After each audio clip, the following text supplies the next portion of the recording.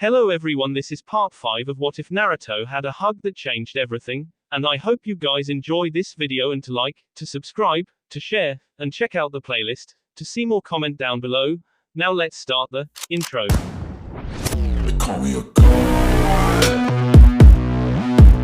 They call me a god. They call me a god. Join my membership, the perks are great. It's in the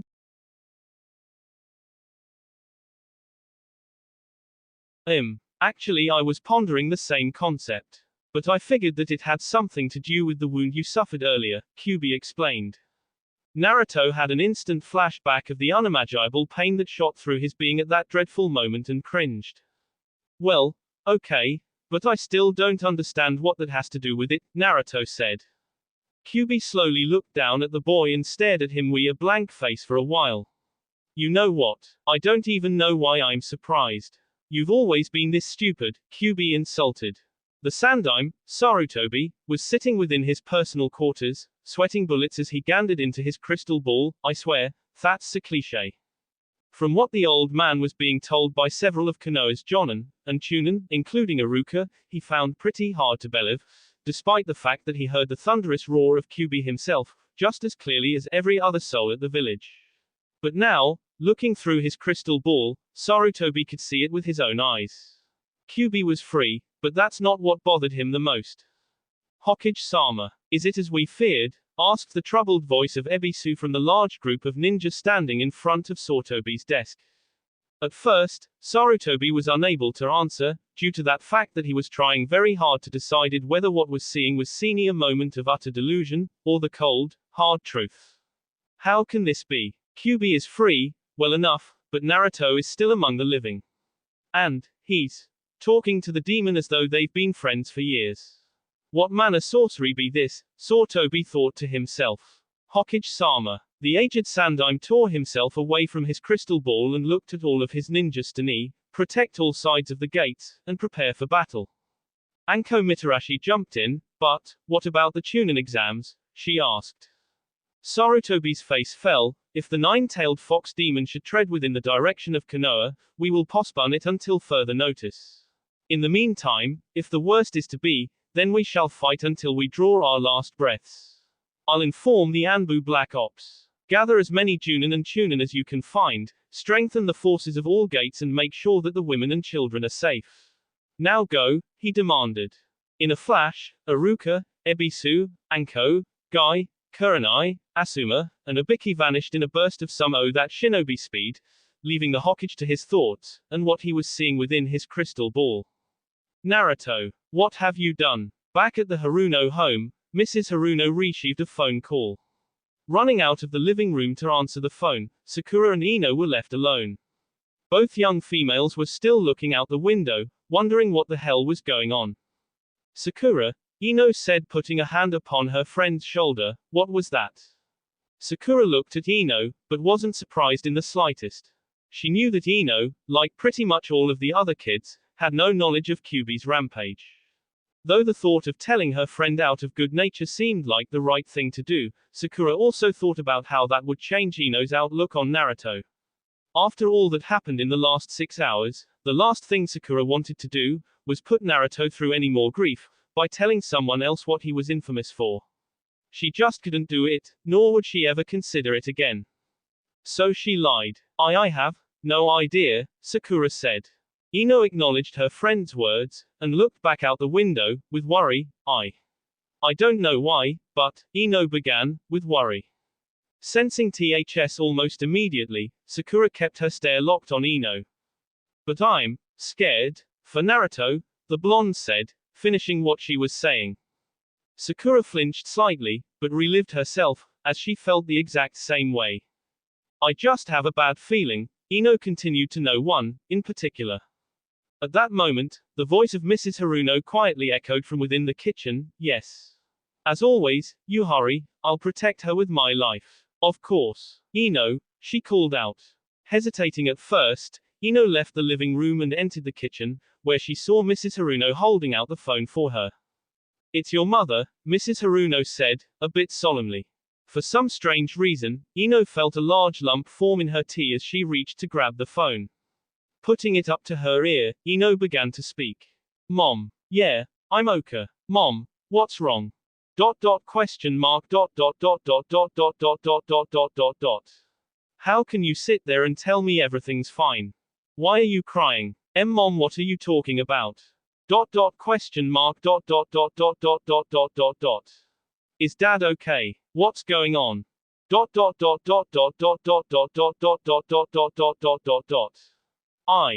love you too, Mom. But warm tears of despair began to build up at the rim of Ino's eyes as she continued the conversation. But what's wrong?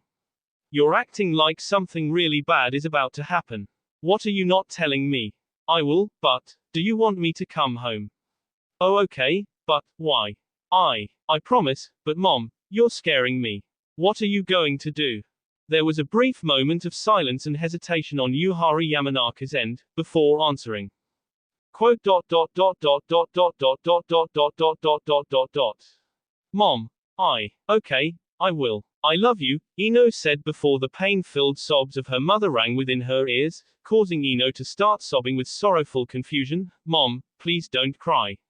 I will, I promise. Okay, bye, Ino said, before handing the phone back to Mrs. Haruno, who also had tears running down her face.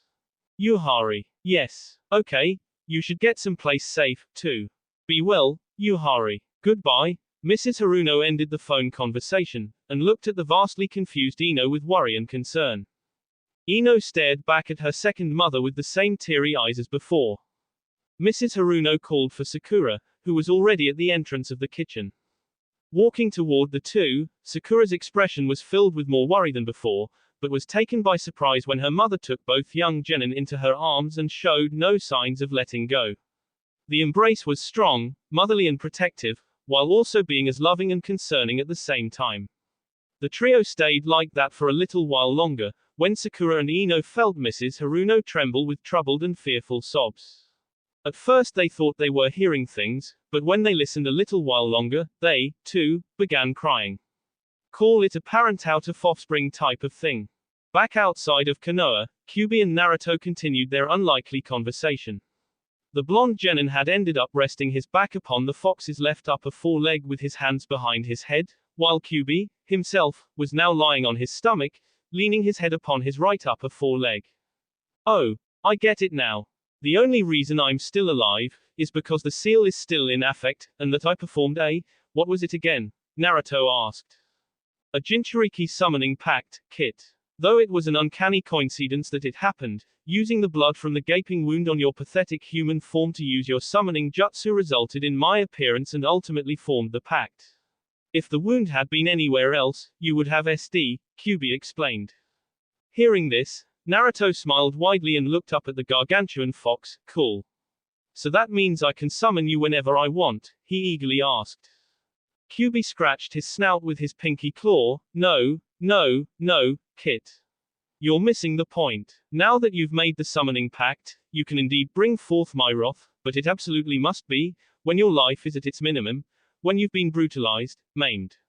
Do you understand, Kit? He said. Naruto shuddered with both the thought of the conditions, and his sheer disappointment. Damn it. Yeah, I understand, he said with his disappointment in plain sight. Silence fell upon the two sentient beings for a time, before Naruto broke it up. Say, Kyubi, Naruto said. What now, Kit? Kyubi responded. Naruto's expression grew serious and the demon fox could sense that something was troubling him. I guess I've been avoiding the question that I really want to ask you, he said. Kyubi looked down at the boy, curious as to what he was getting at. If it involves the stringy, disgusting abomination known as ramen, then save it, Kit, he huffed, closing his eyes with slight irritation. No, it's not that. I just want to why you attacked my village all those years ago, Naruto said, rather nostalgically. Kyubi slowly opened his eyes and looked down at the genin lying back upon his frontal foreleg. Are you serious? Don't vex me with such blasphemy. I was defending myself, Kyubi exclaimed. Defending? What do you mean? Naruto asked. Kyubi sighed. What do you think, Kit? There I was, following the scent of Orochi, when I came across your lowly village. The scent was strong, I knew was getting close, but before I could go on, some jackass shot an arrow in my eye. My eye. Of all places. Do you have any idea how irritating that is, Kit? I halted my search for Orochi to find the wise guy who did that, only to be bombarded with a menagerie of puny human weapons. I was infuriated. What would you have done? Kyubi yelled with anger. Naruto looked back up at the Yuko with a face of sudden understanding. Thinking about it, Naruto would get really pissed if someone just up and tried KU. Of course, thinking about it deeper, he actually was getting pissed. Despite the fact that Kyubi was a demon and not traditionally a trustworthy one, at that, the voice in the back of Naruto's head told him that the fox wasn't lying. Konoha brought that tragedy upon themselves. I would have simply gone around the damn village if they hadn't attacked me. Then, after a battle that lasted hours on end, that blasted Yondaime sealed me within you, Kit. 12 years and now Yamata no Orochi's trail has vanished. Kyubi growled. Naruto frowned deeply, HMPH. So it's because of their own stupidity that you were sealed within someone that they would choose to hate, he said with his anger rising. Kyubi sensed Naruto's sudden change in demeanor and looked down at the genin. All of that, because of their stupid mistake, Naruto continued. Kyubi stared at the blonde ninja for a moment longer, before leaning his head upon his foreleg again. It still hurts, doesn't it, Kit, what she did to you? Jiraiya knew that it was probably a bad idea, but he started to relax at the words that he had heard from Kyubi, himself. He really couldn't give a damn less about Konoha. He was merely searching for this. Orochi. Orochi. So the nine-tailed fox was. Oh, the Ero-sanin quietly excel-climbed. Everyone at Konoha must have been alerted to Kyubi's presence. I have to tell the old man what happened here, before Naruto gets back to the village. With that decision, Jiraiya leapt off into the trees and trotted off to Konoha. Still, what Kyubi explains adds up, well enough. So, what will Naruto do? Jiraiya thought to himself, I've lots of explaining to do. All who know of Kyubi's attack from 12 years ago will get far too suspicious when they see Naruto walking around like nothing happened. That's a problem in and of itself, but if word got out to the villages that he's able to summon the beast. I have to hurry. With that last thought, the Toad Sage quadrupled his already unbelievable speed to get to his old home. You can't be serious, Kit, Kyubi GSED at what he had just heard. Naruto picked himself up off of the giant kitsune's limb and brushed himself off. Trust me, if I'm gonna get anywhere else in my training before the Chunin exams a week from now, then I have to do this, he said with determination. Kyubi shook his head. You humans don't make any sense to me, with your ideals and nindos, or whatever the hell you call them, he said, thoroughly giving up trying to understand Naruto's reasons for doing what he was about to do. Naruto turned around and looked straight up at Kyubi. Well, Fox, I know how much you hate it in there, but it's time to get back in your cage, he said with a smile that somehow infuriated Kyubi to no end. The demon sighed. Fine, just get it over with, he bitterly conceded. Naruto laced his hands together, lifted them to his head and concentrated. Kai, he shouted. With that shout, Kyubi was immediately swallowed by an explosion of smoke. When the gas cleared, the fox was gone and Naruto's seal slowly lost its fiery brilliance. Of course it was at this very moment, that Naruto suddenly felt a radical energy the likes of which he had never experienced before, course through his entire being. Whoa, he said, whoa. What's this feeling? This energy. I've never felt so good. Fire. I'm on fire. What's this power flowing through me? Naruto clenched his fist and stared at it with intent as his body began to tremble wildly at the new energy he has been subjected to, and he liked it. YYYYYYYYESSSSS. I've never felt so good. I feel like I can do anything. Wow. Naruto shouted with powerful vigor, before he jumped into the trees and started hopping along to get to his home in speeds that he has never accomplished. As he hopped along, Naruto began to talk to himself. I wonder if this is Bikasu of that Jinchuraku something that Kyubi mentioned. I feel invincible, he said as he effortlessly hopped from one tree to another without the slightest bit of difficulty controlling his chakra. I've never had this much control either. I'm not 100% sure how it happened, but damn, he said before remembering the task that lay before him. Well, before I get too excited, there is that. I have too. I guess she deserves at least that much, Naruto thought glumly to himself. Minutes later, Naruto had jumped through his last tree, performing several airborne somersaults, before landing properly on the ground. With a beaming smile on his face, Naruto started running toward the main gates of Konoha, but for some reason, they were closed. As Naruto ran, a sharp, yet distant sound tore through the air on his left side, and he could hear it almost perfectly for some reason. Taking only a split second to react, Naruto skidded to a halt, while leaning backwards, when a kunai knife shot through the bushes and barely missed his face, leaving a long slash on his forehead protector.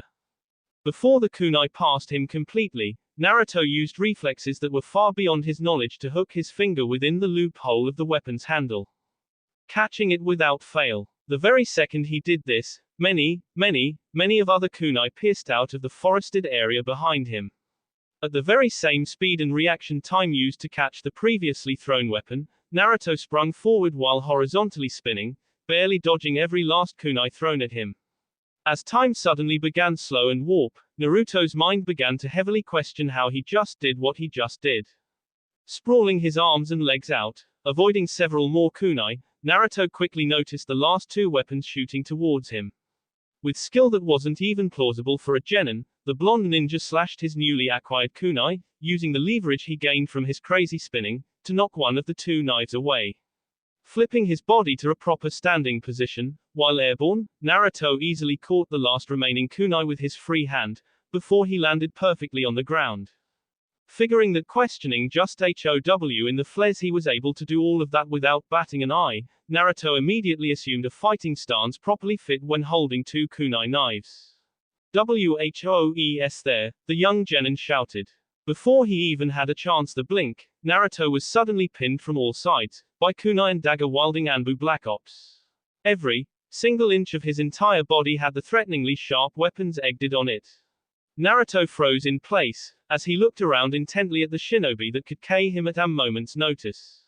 What the Anbu? Naruto exclaimed, while maintaining the wily look of his face. Drop them, the captain of the Anbu squad calmly ordered, or s. Suddenly feeling an undeniable wave of fear sweep over his soul, Naruto did what he was told and dropped the kunai from his hands. Before time went on any further, a voice echoed from behind them all. Let him go, the feminine, surly voice of Anko Mitarashi sprung out. The Anbu captain looked at the special Junin, whose hands were stashed in her pocket. What? But what about? By order of Lord Hokage, Anko interjected. The captain flinched back. With that ordered, all of the Anbu slowly, lowered their weapons from Naruto, as to make certain that he didn't make any sudden move. Hell, the boy wasn't going nowhere. After waiting for what seemed like limbo's eternity for Naruto, the Anbu Black Ops retreated from the scene without a trace. Naruto remained froze in place with his unbearable fear, before plummeting on his ass, trembling with terror. Why did they attack me? I've never been surrounded by so much death, Naruto stammered hurriedly. Anko never bat a single eye. Naruto Uzumaki, she called out, stopping Naruto's trembling. Come with me to the central building, she said before turning around and talking into a speaker device located within the collar of her jacket. Open the gates. At her words, the main gates of Konoha slid open and Tay Brunette walked toward them. Staring at the hotness Anko, in confusion, Naruto rose to his feet and didn't really bother question why. He just followed. What the hell was that? A genin of Naruto's level would have been ked at the very most after a strike like that, from the Anbu no less. But this boy, he doesn't have a scratch on his body. Since when could he do that? Once Anko and Naruto entered Konoha, the blonde genin was immediately bewildered at what he was seeing. Nay, of what he wasn't seeing. Nothing. As the two shinobi walked down the streets of Konoha, it was as though walking through a ghost town. The wind picking up strands of sand added to the ominous scene. Of course, this is when Naruto snapped. Okay, Anko, what the hell's going on? Why did the Anbu attack me? Why are we going to see the old man? Why does this place look and since when the hell did we ever have tumbleweeds? Naruto shouted while pointing at a random tumbleweed rolling across their path. Anko found herself frowning at the knucklehead's questions. You talk too much. Just shut up and follow me, kid, she ordered. Since Naruto basically had to deal with two assholes today, he simply huffed and threw his arms in a crisscross. As they turned several more corners and traveled more along the streets, edging closer and closer to the central building, Naruto noticed a slight shade of pink at a distance to his right side. Before he decided to pay it no mind, the young ninja stopped in his tracks and looked at the source of pink, seeing the very object of his goal before training. Noticing that a second set of footsteps was no longer with her, Anko turned around only to see Naruto trotting off in a completely different direction. Hey, where are you going? Anko called. Sorry Anko, but there's something really important I have to take care of, before we go, Naruto said without turning to look at her. Anko hesitated at first, before she sighed in slight exasperation. Make it quick, she ordered. Sakura Haruno had to get out of her house. Despite her mother's demands to stay in her room, the pink-haired genin found it to be a small prison, of sorts, cluttering her to death without a chance to walk off her frustration, her worry for Naruto. Of course, the answer was right in front of her. Window. Just another thing that Mrs. Haruno seems to always forget, is that her daughter is a ninja now, possibilities are present. Anyway, Sakura was solemnly walking down the empty streets in her attempt to calm her mind. Of course it was at this time, that she thought that her worry for Naruto was getting the best of her when she saw a shade of orange in the distance.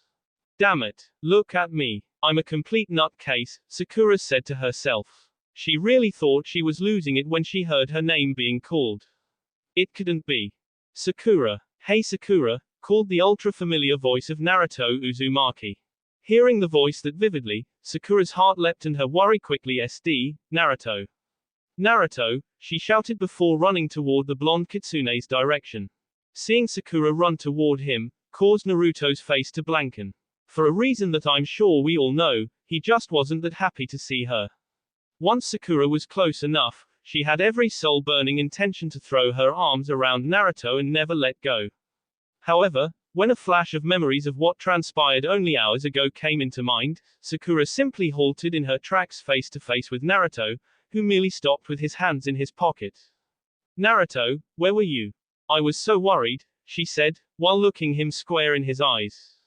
Naruto's face remained as blank and an empty page. Really? He said as though he were not convinced, at all. Of course I was worried. I heard this loud roar from something and you weren't here and... Sakura, Naruto interjected. Sakura stopped and looked at Naruto with uncertainty. Why yes, she hesitated, suddenly feeling great worry as to what Naruto had to say. Naruto retained the blankness in his face as he closed his eyes. I didn't come here to talk, really. I have something important I gotta get to. I did want to say something to you, though, he said with just as little emotion as he retained in his face. Sakura unintentionally gulped hard when she heard those words. Really? Well, what did you want to say? She said, while inwardly cursing Herald for allowing this to continue. Naruto wasted no time in the slightest. Sakura. You remember when we were kids? He asked in a barely noticeable melancholy demeanor. Why yeah, Sakura answered. Naruto slowly opened his eyes. Well, so do I, and I remember making a very huge mistake, one that I think caused a lot of grief, he continued.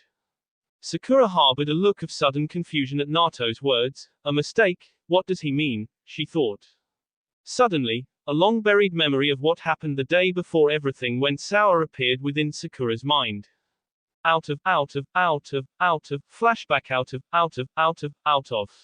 Young Sakura had been sitting under a tree with her knees hugged to her chest. Crying hard and loud. She said that they wouldn't make fun of her forehead if she didn't hide it.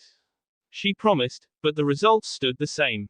The other kids made fun of her even more because they were able to see how big it actually was when she wore her hair back. As Sakura cried harder and harder, she failed to notice a friendly and familiar young blonde boy stand over her. Kneeling down in front of her, the blonde boy called her name. Sakura-chan, he said. Sakura shot her teary eyes up at the boy who called her and immediately lifted her hands to her forehead. Naruto-kun. No. Don't look at me, sniff, please, Sakura cried. Young Naruto tilted his head in sad and sympathetic confusion. What's wrong, Sakura-chan? Does your head hurt? He asked, while reaching his hand for the hands that were covering his friend's forehead. Sakura choked a de-stressed whimper, before she edged further back against the tree, which proved rather useless, because Naruto simply followed and put his hand upon the pink-haired girl's. Please, Naruto-kun. My forehead is hideous. Ino-chan, sniff, said that they wouldn't laugh at me. Sniff, she promised. But Sakura whined. Sakura's arms weakened under the pressure that Naruto put upon him, as he tried to uncover her forehead. Eventually, the pink-haired girl's arms were lowered and Sakura didn't feel she had the strength or the will to lift them again. She averted eye contact with Naruto and started heaving hiccups through her sadness. Naruto caressed Sakura's forehead, removing the loose strands of her pink hair to fully expose it. But Sakura-chan, your forehead is so big, why would anyone laugh at it? Naruto said, as he found himself allured by the sight and feel of Sakura's forehead. Hearing Naruto's words, Sakura's heaves became stronger, as a fresh stream of tears began to fall down her face. You shouldn't hide the very thing that make you different from the others, Sakura-chan. Your forehead is the best thing about you, Naruto complimented with the confident and bright smile that Sakura loved so much. It's beautiful. Sakura's moped-out expression changed to that of surprise mixed with sheer relief at what she had heard. When Naruto stopped caressing her forehead, Sakura almost spoke to protest. Until the young female felt soft and warm lips press against the center of her forehead. Sakura's eyes widened when she felt it. Naruto's kiss was so warm and welcoming. She could feel herself melting at his touch. Neither moved, neither budged, they just sat there. Eventually, Naruto pulled back and smiled at Sakura. You should never hide the very thing that makes you, Sakura-chan, Naruto said with blazing enthusiasm and loving understanding. Despite her soul-burning joy, Sakura's face scunched up and a fresh stream of tears rolled down her face. Naruto-kun, she choked through a series of cracks in her voice. Naruto's head tilted with concern. What's wrong, Sakura-chan? He asked. End flashback out of. Remembering that day, caused Sakura's face to sadden greatly. What are you talking about? She asked. Naruto didn't hesitate in the slightest. The kisses, both of them. Quite possible the worst thing that a monster like me could have done to you, and I'm sorry, Sakura, he said very solemnly. Hearing his words, Sakura's eyes and mouth gaped open as she felt powerful waves of sadness, guilt, and fear ess into her. Naruto turned his back to leave. Well, I guess that's all. I'll see you around, he said before walking away without giving Sakura another thought. Seeing Naruto vanish into the distance, seeing him disappear, caused Sakura's eyes to squint with sorrow as tears of pure grief and loss poured down her face, more than ever before. Naruto, she choked out to a whisper through her dominant sadness. Naruto, she said again, managing to choke out more of her voice to a pathetic snivel. As Sakura looked down to the ground, she saw Naruto's shadow drift away from her. In a childish and uncharacteristic manner, Sakura lifted her foot forward and brushed it back in a pitiable attempt to bring the blonde genin back where he was. Quote. Come back, Naruto-kun. X. That will be all for this video. Be sure to like, subscribe, share, and comment down below for more videos. Goodbye.